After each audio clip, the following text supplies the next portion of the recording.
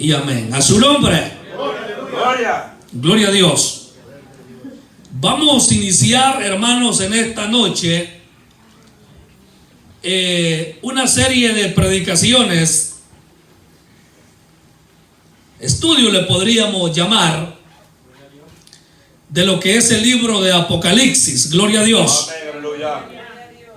Ya que, hermanos, los eventos proféticos son para estos días Sí, amén. y tenemos que hablar del final de los tiempos. Vamos, hermanos, a abrir la Biblia en el libro de Apocalipsis capítulo 1. Apocalipsis capítulo 1, versículo 1 al 3 vamos a leer. También nuestros amigos que van a ver este video, si quieren juntamente con nosotros leer la palabra de Dios, los invitamos a que juntos podamos escudriñar lo que Dios nos tiene que decir a través de su palabra. Apocalipsis capítulo 1, versículo 1 al 3. Lo encontramos.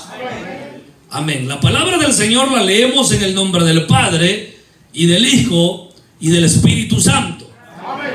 Amén. Dice: la revelación de Jesucristo que Dios le dio para manifestar a sus siervos las cosas que deben suceder pronto, y la declaró enviándola por medio de su ángel a su siervo Juan, que ha dado testimonio de la palabra de Dios y del testimonio de Jesucristo y de todas las cosas que ha visto. Bienaventurado el que lee y los que oyen las palabras de esta profecía y guardan las cosas en ella escritas, porque el tiempo está cerca. Diga conmigo: el tiempo está cerca. Puede sentarse. La revelación de Jesucristo, ese es el tema que trae acá el párrafo, y eso es lo que vamos a hablar de manera introductoria.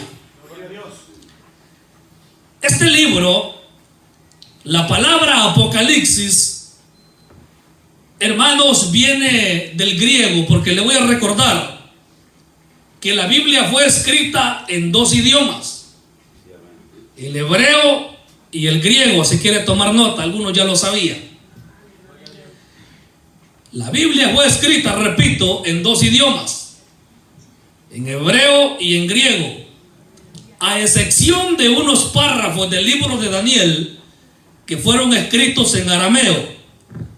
Ahora, la palabra Apocalipsis viene del griego, que se escribe, hermanos, Apocalipsis, que significa revelación. Todas las Biblias que son de habla hispana, por así decirlo, la palabra, en este libro no lo llaman Apocalipsis, o mejor dicho, lo llaman Apocalipsis. Las Biblias que vienen del inglés lo traducen revelación. O sea, en otras palabras, Apocalipsis lo que significa es revelación. Amén, aleluya. Ahora, ¿dónde se escribió este libro? La respuesta, hermanos, la encontramos en el versículo 9. Leámoslo. Yo, Juan, vuestro hermano y copartícipe vuestro en la tribulación, en el reino y la paciencia de Jesucristo, estaba en la isla llamada Patmos. Ahí está, en la isla llamada Patmos, por causa de la palabra de Dios y el testimonio de Jesucristo. Según, hermanos, la Biblia lo dice, el libro de Apocalipsis fue escrito en la isla de Patmos, que pertenecía a la jurisdicción de la provincia de Éfeso. Tome nota de esto, ya le hablé 3 datos. El libro fue escrito en Patmos. El apóstol Juan recibía las revelaciones de Dios estando preso, y como veremos más adelante, escribió cartas y las envió a las 7 iglesias del Asia. Gloria sea a Dios. Amén, aleluya. Hermanos, ¿quién recibe el libro. O sea, ¿quién es el autor del libro? Es el apóstol Juan. Existen muchas doctrinas y corrientes liberales que enseñan que no fue el apóstol Juan el que escribió el libro. Yo he escuchado predicadores que se atreven a decir Juan de Patmos, porque no es Juan. Sabemos que Juan, el apóstol, escribió el libro de Juan, que es el Evangelio. Primera de Juan, segunda de Juan y tercera de Juan. Hay 4 escritos que el apóstol amado escribió. Pero hay este otro libro que él es el que lo escribe. ¿Sabe por qué? Porque para este entonces todos los discípulos del Señor, me explico, discípulos eran todos los cristianos, pero discípulos en el sentido de los apóstoles, todos ya habían muerto. El apóstol Pedro había sido crucificado en Roma. El apóstol Pablo había sido decapitado en Roma. Hermanos, todos los apóstoles del Cordero ya habían muerto. Entonces, el único del que se tiene dato que estuvo vivo a finales, hermanos, del primer siglo, era el apóstol Juan. Cuando le hablo del primer siglo, es nuestra era la que estamos viviendo, hermano. Amén, aleluya. El calendario que tenemos nosotros, gregoriano, católico por supuesto, tomó cuenta, hermanos, desde el año 0, cuando el Señor nació en Belén de Judea, hasta nuestra actualidad. Entonces, quiérase o no, aunque el mundo ateo no lo acepte, el calendario, hablándolo así, es un calendario que depende de una creencia en el Dios que está en los cielos. Ahora, ya vimos dónde se escribió, ya lo vimos quién lo escribió. Ahora vamos a ver en qué año se escribió. Supuestamente este libro tuvo que ser escrito entre el 96 al año 100 de nuestra era. ¿Por qué? Porque el emperador romano, en la Biblia no está claro, no lo vas a encontrar, pero en la historia secular o la historia universal está probado que el emperador Domiciano persiguió a los cristianos de una manera tan atroz, hermano, a desaparecer según él el cristianismo. Y fue en esa persecución que Juan fue enviado a la isla de Patmos. Entonces, por eso se enseña que es, hermanos, el emperador Domiciano entre el 86 hasta como por ahí por el 100 de nuestra era, que gobernaba Roma.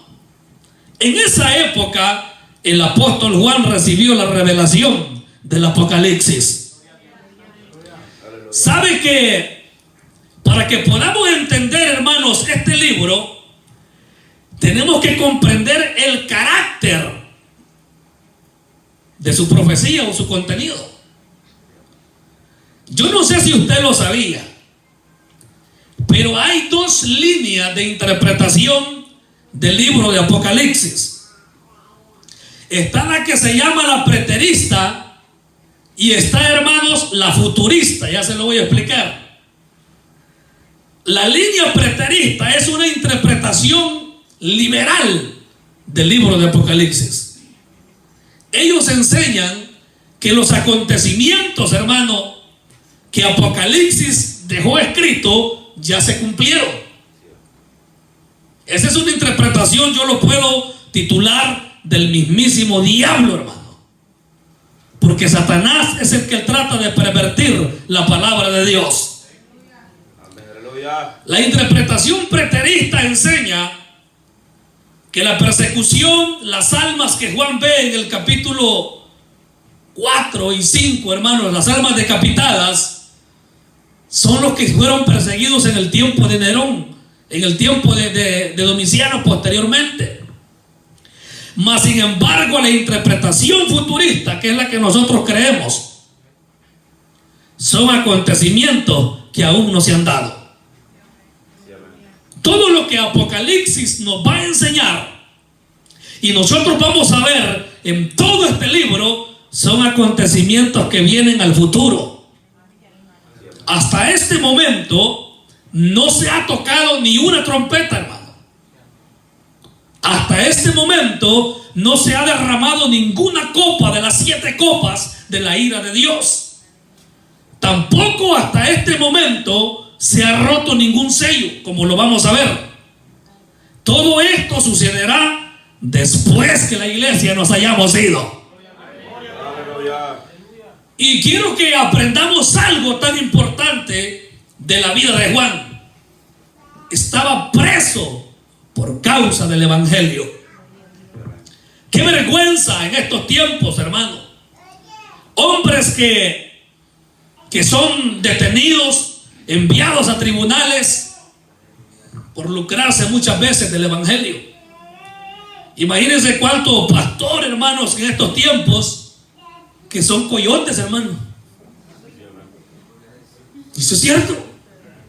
Yo conocí casos de pastores, de evangelistas allá en nuestro país, que ellos, hermano, después de predicar diciendo yo jalo gente.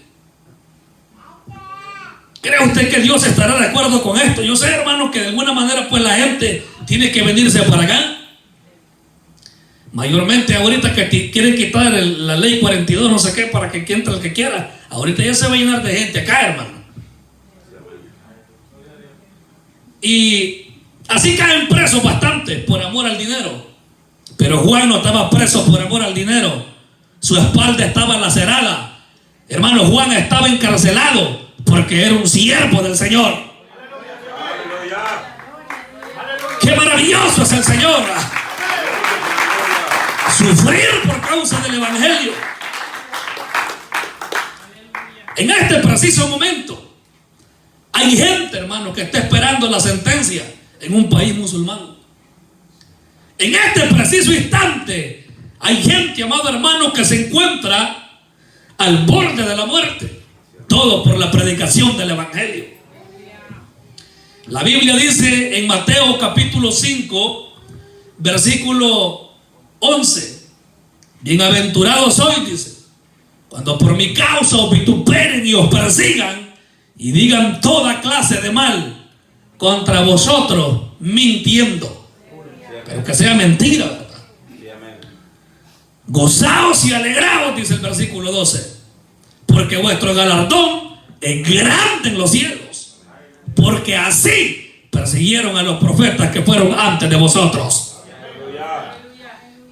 A su siervo Juan había una alegría estando en la prisión. Es que, o sea, el siervo de Dios, donde quiera que esté, va a brillar. Yo conocí el caso de un pastor que injustamente lo llevaron a prisión. ¿Qué hizo el hermano? Levantar una iglesia en la cárcel. Allí dejó un montón de gente que ganó. Una iglesia dejó dentro de la cárcel. Siquiera si fuéramos nosotros, hermano, que ganáramos gente, ¿verdad? Pero qué vergüenza que hay unos que las están trayendo y otros les están dando carrera. A su nombre. ¿Cómo cuesta que un alma venga llorando aquí a darle carrera? No cuesta. Pocos se dan la tarea de ir a buscar a aquel que se ha ido. Muchas veces decimos, no, el que tenga sed que busque el agua. Pues acuérdese que a usted le ofrecieron el agua también. Y ahí quiere buscar a aquel que se ha apartado. A su nombre. Ese es el mandato. Juan estaba preso por causa del evangelio en una isla. Dice el versículo 1: la revelación de Jesucristo que Dios le dio para manifestar a sus siervos las cosas que deben suceder pronto. Aquí hay un detalle, y espero no ofender a nadie de los que siguen gente en las redes, pero las revelaciones, hermano, que cualquier otra persona que esté dando, ya sea aquí, ya sea en YouTube, en Facebook, donde sea, tiene que ser apegado a lo que la Biblia dice. Amén. Porque yo escucho mucha gente, hermano, que habla unas cosas en esas redes. las locuras, hermano, y dicen que Dios lo llevó al tercer cielo y lo sentó en una mesa, hasta ahí se vale. Y que comenzó a ver esto, comenzó a escuchar aquello. Hermano, si lo que a usted le cuentan o lo que a usted le dicen no es apoyado por la Biblia, usted deséchelo a su nombre. Imagínese una señora por ahí llamada Ana Maldonado diciendo que Dios tenía pechos, tetas, pues así lo decía. Que ella vio una visión que Dios tenía tetas. Qué blasfemia, hermano. Blasfemias, hermano, como decir trae tu dinero y otras vulgaridades que dicen, hermano. O sea, tratando de dar una revelación que Dios, hermano, no la aprueba. ¿Sabe cuál es el problema en este tiempo? Y se lo voy a explicar. Somos haraganes para leer la Biblia. Nos entretiene más un mentiroso en las redes, porque comienza a manipularte la mente con la pseudopsicología. ¿Usted sabe qué es la pseudopsicología? Un pseudopsicólogo hace llorar a cualquiera de aquí. El que no lo sabe. Esos hombres se van a preparar, hermanos, tremendamente y empiezan a manipular porque tienen un poder en la mente grande. Estudian una pseudopsicología. No es psicología, no. Es una pseudopsicología. Y comienzan a platicar con la gente y a veces practican regresiones y a la gente la hacen llorar y la gente dice aleluya, Dios me tocó, me quebrantó. Tenga cuidado. Tenga cuidado, ¿qué es lo que le están diciendo? Hay muchos que aprenden a quebrantar a otros a través de manipulaciones en mentes débiles, lo cual no es revelación de Dios.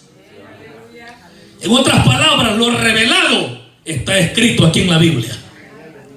O sea, mire, hay algo interesante en ese versículo, que Juan comienza exaltando primeramente a Dios. A eso Dios comienza exaltando primero. La revelación de Jesucristo que Dios le dio, dice, para manifestar a su siervo las cosas que deben suceder pronto. Lo primero que puedo notar en este versículo es que Juan lo que hace es exaltar a Dios primero. Eso es lo primero, hermano, toda revelación. Y esto es un consejo para los que llevamos el evangelio, que cuando prediquemos el objetivo es exaltar el nombre del Señor. Aleluya, Dios. Hermanos, y dice que es la revelación de Jesucristo, porque es una visión del glorioso Hijo de Dios. La dio para manifestar a sus siervos las cosas que deben suceder pronto. ¿Cuál es la revelación? Lo que va a suceder. Porque aquí no está diciendo lo que está sucediendo en su momento. Son las cosas que deben suceder pronto, dice Juan. Y eso es lo que estamos esperando. La pronta aparición del Señor. Cuando el Señor nos llevará a un lugar donde no habrá sufrimiento, no habrá tristeza. Allá no va a buscar usted pastillas para quitarse el dolor, hermano, del reumatismo. Quizás viene rendido de su trabajo. No va a buscar la Advil, hermano. No va a tener necesidad de beber esos monstruos que se beben. A su nombre. Porque las cosas deben suceder pronto. Pronto, pronto. Pronto viene el Señor. Se le va a acabar la fiesta a este mundo. El mundo celebra que viene el verano, que vienen los paris, las salidas a disfrutar las playas, a visitar a los parientes de un estado a otro. Hay gente que ya tiene agendada las vacaciones en Florida o quizás buscando para Texas. Otros, a lo mejor la gente de dinero piensa irse a Europa. Son cosas que no nos importan. Pero una cosa le digo, lo que viene a esta tierra es terrible. Es algo espantoso. La revelación es esta, que hay que predicarle a la gente el arrepentimiento. Hoy en día hay muchos habladores de revelaciones que Dios no los ha mandado. Curiosamente, este día tenía años, hermanos, de no ver un predicador de enlace. Y entré al YouTube, hermanos, y busqué una maratónica. ¡Qué hijos de Satanás, hermano! ¿Cómo esos hombres engañan a la gente? Solo de dinero hablan. Pactos, promesas, primicias. Hermano, qué perversión, qué descarados, hermano. Y según ellos hablando del evangelio. Pero ahí está la gente. Ahí está la gente cautiva en la televisión o en el teléfono, hermanos, en la computadora, escuchando a un lobo. ¿Y saben qué? Identifiqué que estos hombres eran unos lobos. Que ellos en sus mensajes nunca instan a la gente al arrepentimiento. Ahí solo dice: pacta tu casa, pacta tanto de dinero y vas a alejar las maldiciones. Da tanto, da 1000 y Dios te da 2000. Predicadoras que decían: los billetes me hablan. Eso no están bajo la revelación de Jesucristo. El evangelio es uno y no se puede cambiar. Por eso sus siervos debemos entender, cuando Dios nos está hablando del fin de los tiempos, o algún lobo, hermanos, en esas redes nos quiere engañar. El Señor dijo que vendrán muchos falsos profetas, se levantarán en Mateo 24:11, y muchos falsos profetas se levantarán y engañarán a muchos. Debemos leer la Biblia, la revelación que Jesucristo nos ha dejado. Yo me recuerdo antes en las iglesias cómo se predicaba de la venida del Señor. Solamente se gritaba, hermanos, en los altares: Cristo viene, arrepentidos, convertidos. El hermano Gigi Ávila, ese era el mensaje que él tenía: arrepentidos, Cristo viene, ese es el mensaje de Ávila. Ahora no, hermano, ahora solo psicología se predica para que la gente se sienta cómoda. Mire, hermano, alguien decía algo: si una oveja cae en el lodo, no se siente cómoda. Si un marrano cae en el lodo, ese sí se siente cómodo, porque no está bajo la revelación de la palabra. Pero si usted está bajo la revelación de la palabra, va a entender que estos son los últimos tiempos. Amén, aleluya. Dice: para manifestar a sus siervos. Dios no le mandó este mensaje a los musulmanes. No se lo mandó, hermanos, a César, el emperador de Roma. Se lo mandó a sus siervos, a ese pequeño grupo, esa manada pequeña, que somos la sal de la tierra. Es a nosotros, que aunque despreciados y marginados, estamos luchando por hacer la voluntad de Dios. Denle palmas al Todopoderoso. Aleluya. Ese es el mensaje que hemos recibido. Las cosas que deben suceder pronto.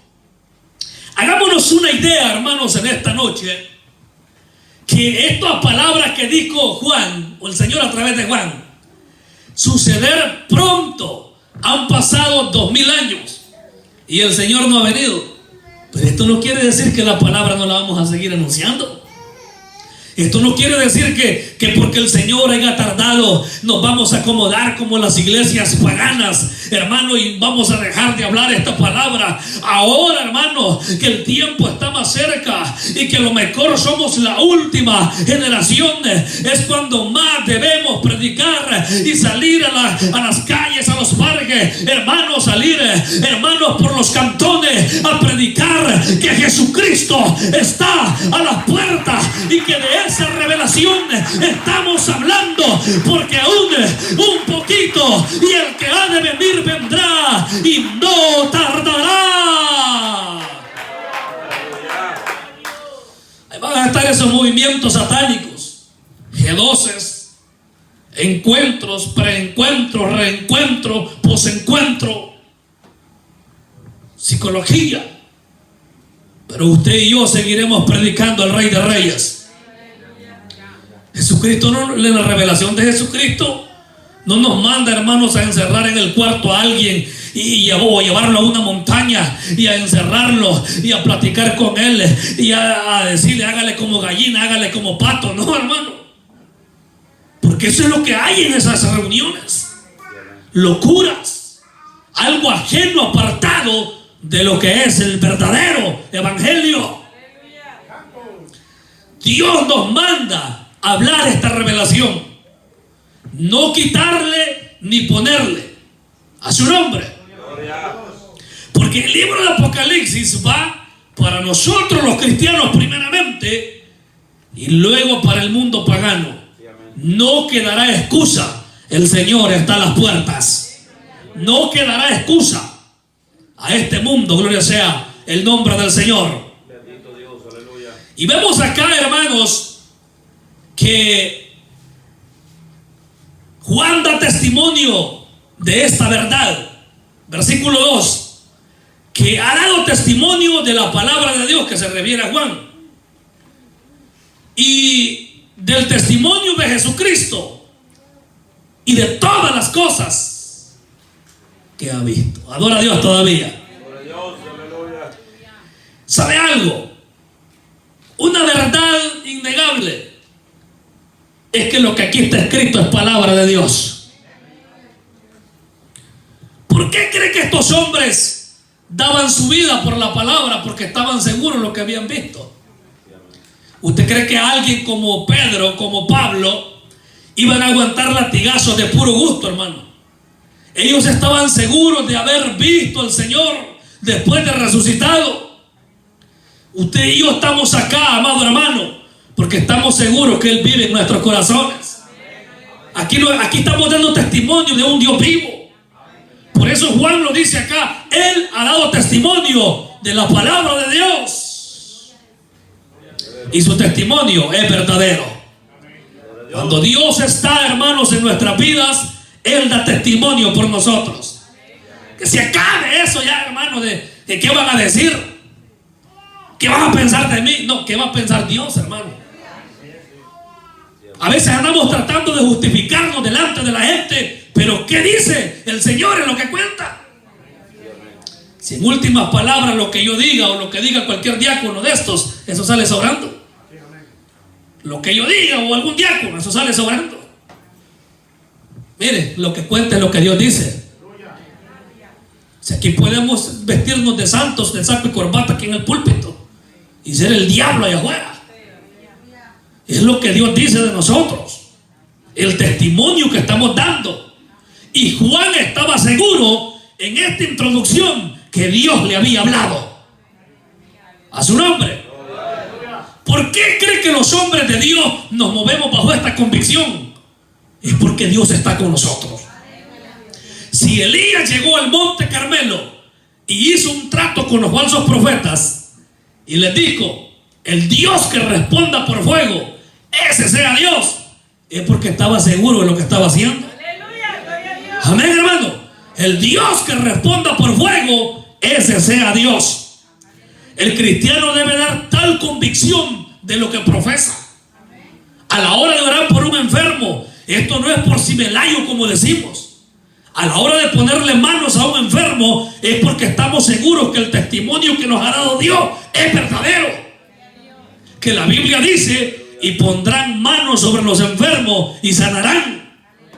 Saber que en el momento de la angustia y que no sientes fuerza para seguir, pero cuando le clamas a Dios y le pides de corazón, las ventanas de los cielos se abren. El Salmo 37, 25, denle palmas al Señor. El Salmo 37, 25 dice: joven fui y he envejecido, y no he visto justo desamparado, ni su descendencia que mendigue pan. El testimonio de Dios en el creyente es el que le da convicción. El testimonio, la veracidad de la palabra. No andemos en busca de milagreros, hermano. En busca del vaso. Yo sé que Dios habla cuando lo sabe. El problema es que cuando el vaso anda cruzado, ni él mismo se cree lo que habla. Mire, yo conozco muchos allá que era para poner manos, tienen un montón de prendas, hermanos, le ponen, hermanos, hilos rojos, hilos verdes, bueno, cada quien como trabaja, cada quien va. Pero yo le digo una cosa, en vez de buscar hilos rojos o verdes, aquí está la palabra, mire, el testimonio verdadero. Damos testimonio que su palabra es verdad. Yo sé que es difícil vivir por la fe, pero Juan en la isla de Patmos estaba seguro que Dios le había aparecido. No sé cuál es tu Patmos, cuál es tu isla, en qué estás atrapado. ¿Quién es tu malhechor? ¿Será tu mujer la que duerme a la par tuya? Pues sí, porque hay bastantes que están casados con Jezabel, hermano. La tigra que tienen a la par y que la robe. Pero sabe una cosa, el testimonio que tienes tú es el verdadero. Adora al Señor todavía.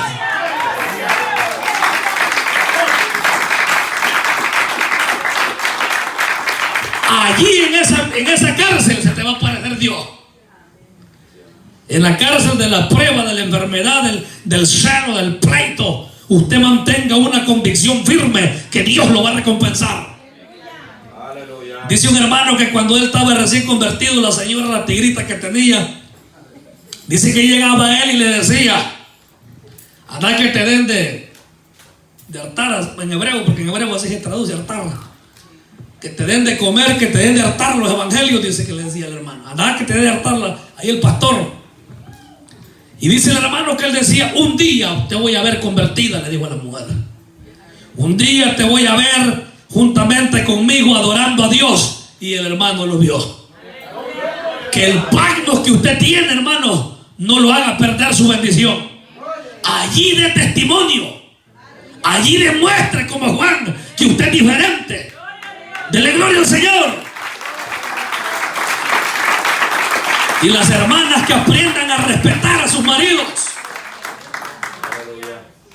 Esos hogares, hermanos, de las mujeres quitados le den el cheque al hombre. No le compra, hermanos, una vitamina al hombre, no le compra nada. Ya le tiene ganado el valor al hombre. Y lo insultan, lo machetean, y aquel como que alguna toma le han dado. En esa prisión hay que adorar a Dios. A su nombre. Es importante dar el testimonio, al igual Juan lo estaba dando. Antes de escribir su carta les decía: les envío una carta o les envío un recado, pero hay un testimonio del cual les voy a hablar. A su nombre. Hay un testimonio, ¿sabe? Muchas veces a nosotros, cuando yo fui joven, hubieron gentes que me despreciaban. Pero como yo no tenía un testimonio que dar, yo no sé de andar en la calle, yo no sé de llegar a las 3 de la mañana a la casa de una fiesta, no sé, hermanos, de pecados como otros han andado. Pero aquí lo que podemos decir es el testimonio de la palabra de Dios. Eso es lo que usted puede hablar, joven. Que lo desprecien y le digan: no, ¿y vos qué me vas a hablar, niño? Si vos de los pañales te has quitado. Eso es lo que puede decir el diablo. Pero usted sabe que hay un testimonio verdadero, que es la palabra de Dios. Y esa es la que usted va a hablar. La palabra transforma y cambia al pecador. Eso es lo que hay que hablar. Versículo 3. Bienaventurado el que lee y los que oyen las palabras de esta profecía y guardan las cosas en ella escritas, porque el tiempo está cerca. Es dichoso aquel que lee y oye. ¿A cuánto le gusta leer la palabra? Pero que no sé, hermanos, cómo leer. Bueno, ni siquiera a eso hemos llegado. Así como se lee en las revistas. Podría ser que estar leyendo la Biblia nos causa fatiga, falta de concentración. Dice el hermano: ¿será que me falta un poco de vitamina B, algún ginseng para fortalecerme? No, hermano, no es ginseng, ni falta de arginina, no es eso. Ya sabe, ¿verdad? Ya sabe las vitaminas para estar fortalecido. ¿Sabe qué es lo que le hace falta? Es el testimonio de la palabra de Dios. No es que nos falte Ferrún 16, no, hermano. Esa es la falta de la lectura de la palabra de Dios. Bienaventurados, dice el que lee, y los que oyen las palabras de esta profecía. ¿Sabe por qué? Es bienaventurado porque a su boca la palabra es dulce. ¿Para cuántos es dulce la palabra? Hay pedacitos que son amargos, ¿verdad? Como cuando está mascando carne dura usted, y como andamos alguna pieza un poco medio ahí posticiada, ¿verdad? Pero sabemos que Dios es el que nos hace comernos la palabra como es. ¡A su nombre! Es una bienaventuranza. ¿Por qué? Porque la Biblia hace sabio al sencillo. Y Juan les decía, este mensaje que yo les mando es bienaventurado. Bienaventurados los que oyen la palabra de Dios, y también bienaventurados los que la ponen por obra. Juan les tendría que motivar a los cristianos de su tiempo que tenían que escudriñar la palabra, y que el escrito que les mandaba de Apocalipsis era un escrito, hermanos, para la esperanza. Porque el Apocalipsis revela esperanza, una nueva vida, un nuevo paraíso, un nombre nuevo. Revela columna en el templo de Dios. Revela, hermano, todo lo que espera en el futuro. ¿Cuántos alaban al Señor? Nada los debe alegrar más a nosotros que la eternidad junto al Señor. Muchos están desesperados porque no tienen el carro que quieren. Confórmense.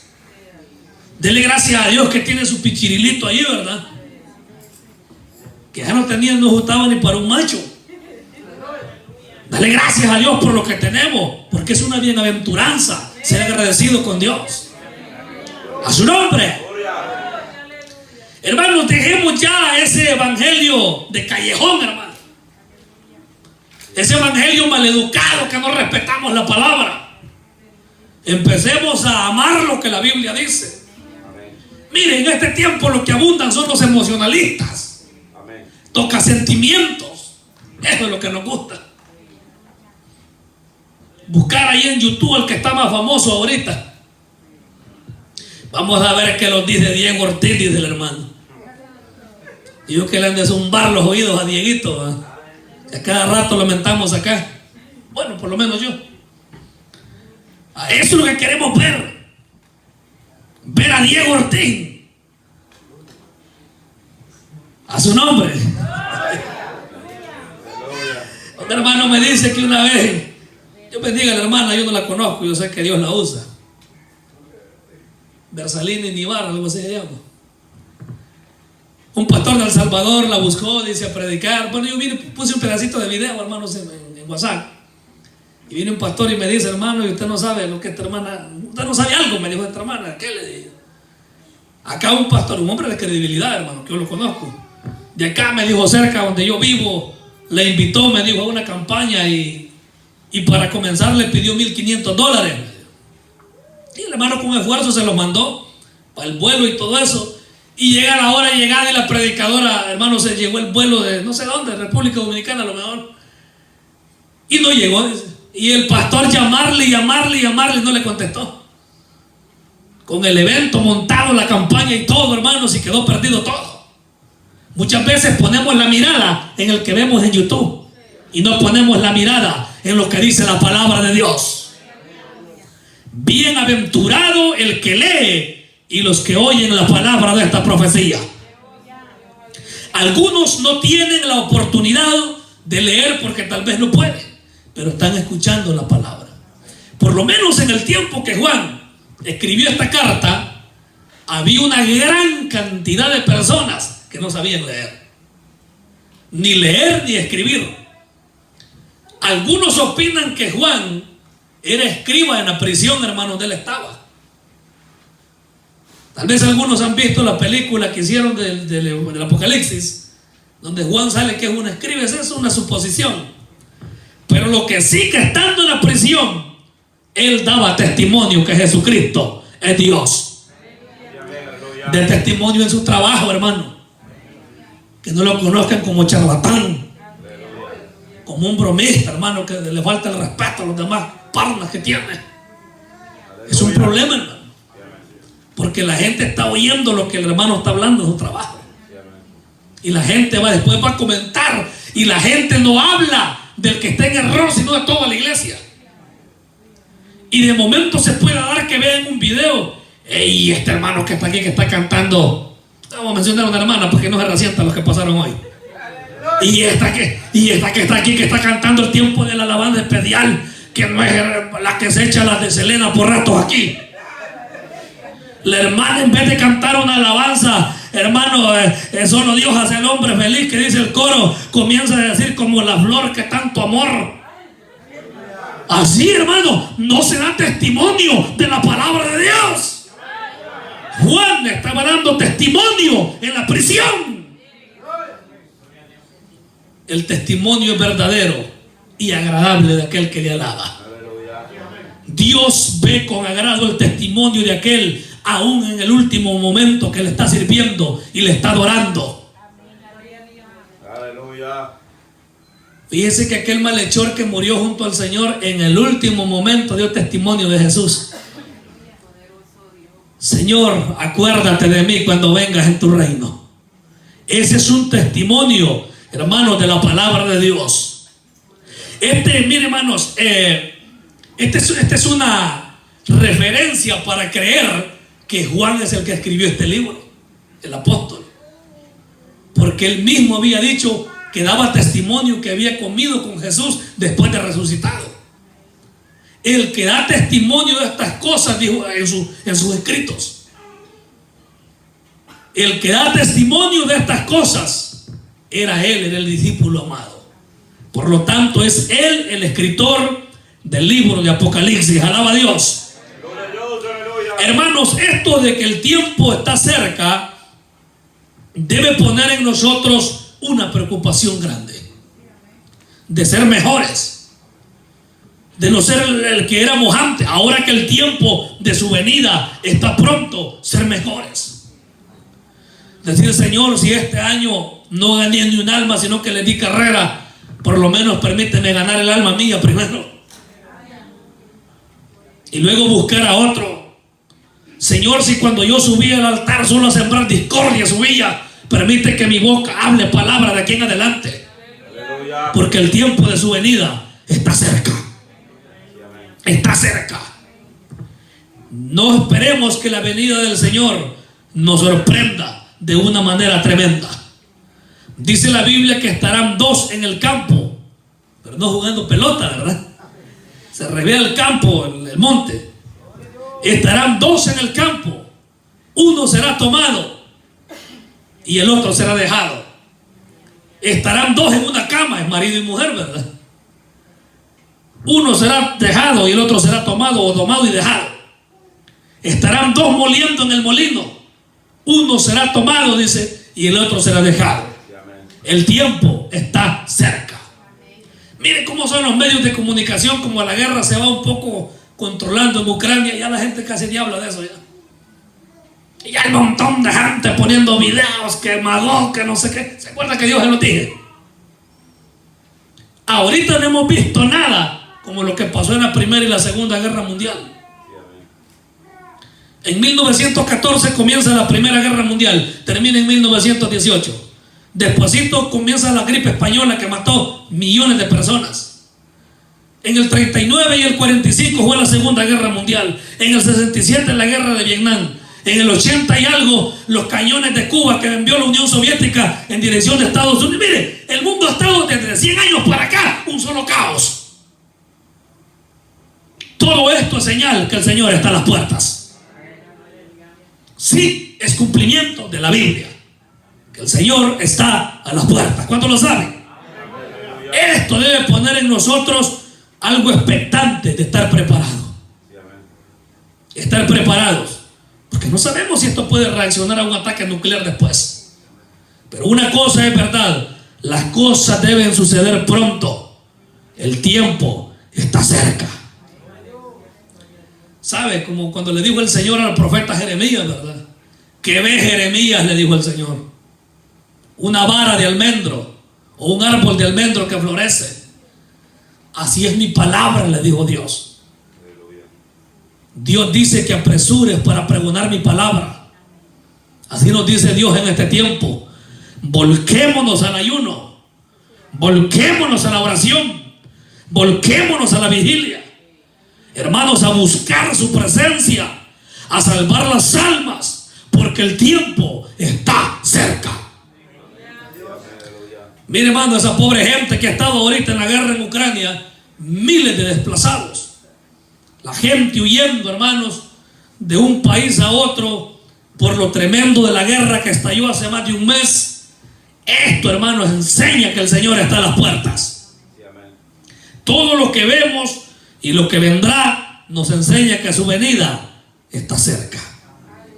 ¿Cuántos estamos preparados? Que se acabe eso, hermano, de que otro no viene. Usted viene. Usted vino, usted se dispuso. Trajo un corazón agradecido para adorar a su Dios.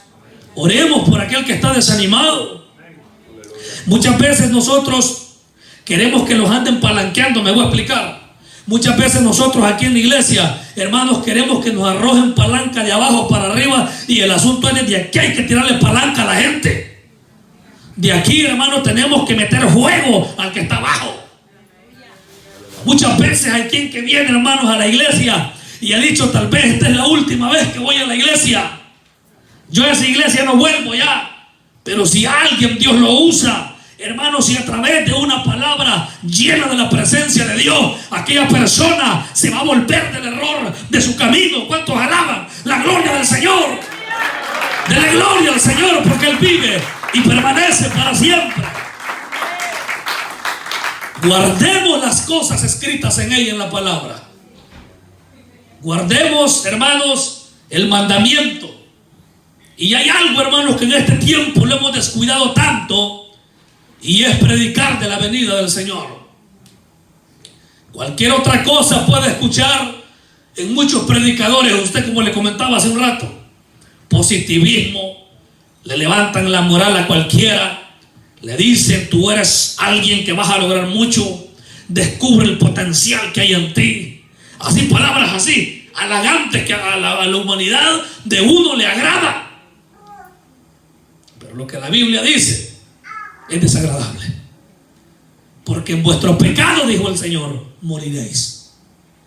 Y Lamentaciones 3:39 dice: ¿por qué se lamenta el hombre viviente? Laméntese el hombre en su pecado. La gente no quiere las guerras.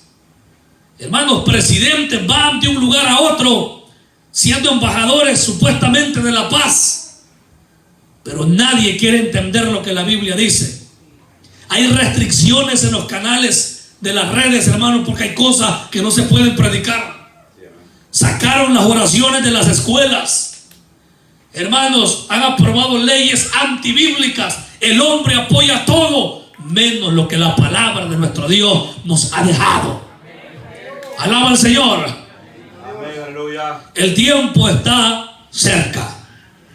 La revelación fue dada hace 2000 años. Y ahora esta es la generación final. Gigi Ávila, un gran siervo del Señor, se atrevió a decir que somos la última generación. Todos los acontecimientos proféticos, hermanos, se han cumplido, porque estadísticamente cada 2000 años sucede un evento. Proféticamente cada 2000 años sucede un evento. Eso está probado bíblicamente. Han habido eventos cada 2000 años. El último evento que hubo hace 2000 años fue la venida del Señor a la tierra, cuando Él nació de María. Ahora, hermano, nos espera días peores y de retribución. Como vamos a ver más adelante en este comentario bíblico, vamos a ver cómo van a desaparecer naciones enteras por los ataques químicos y nucleares, hermano. En estos tiempos van a morir millones de personas, pero la iglesia ya no vamos a estar en este lugar. Alaba al Señor todavía. Póngase de pie, vamos a alabar al Señor, a orar. Gloria a Dios. Si alguien tiene necesidad del Señor,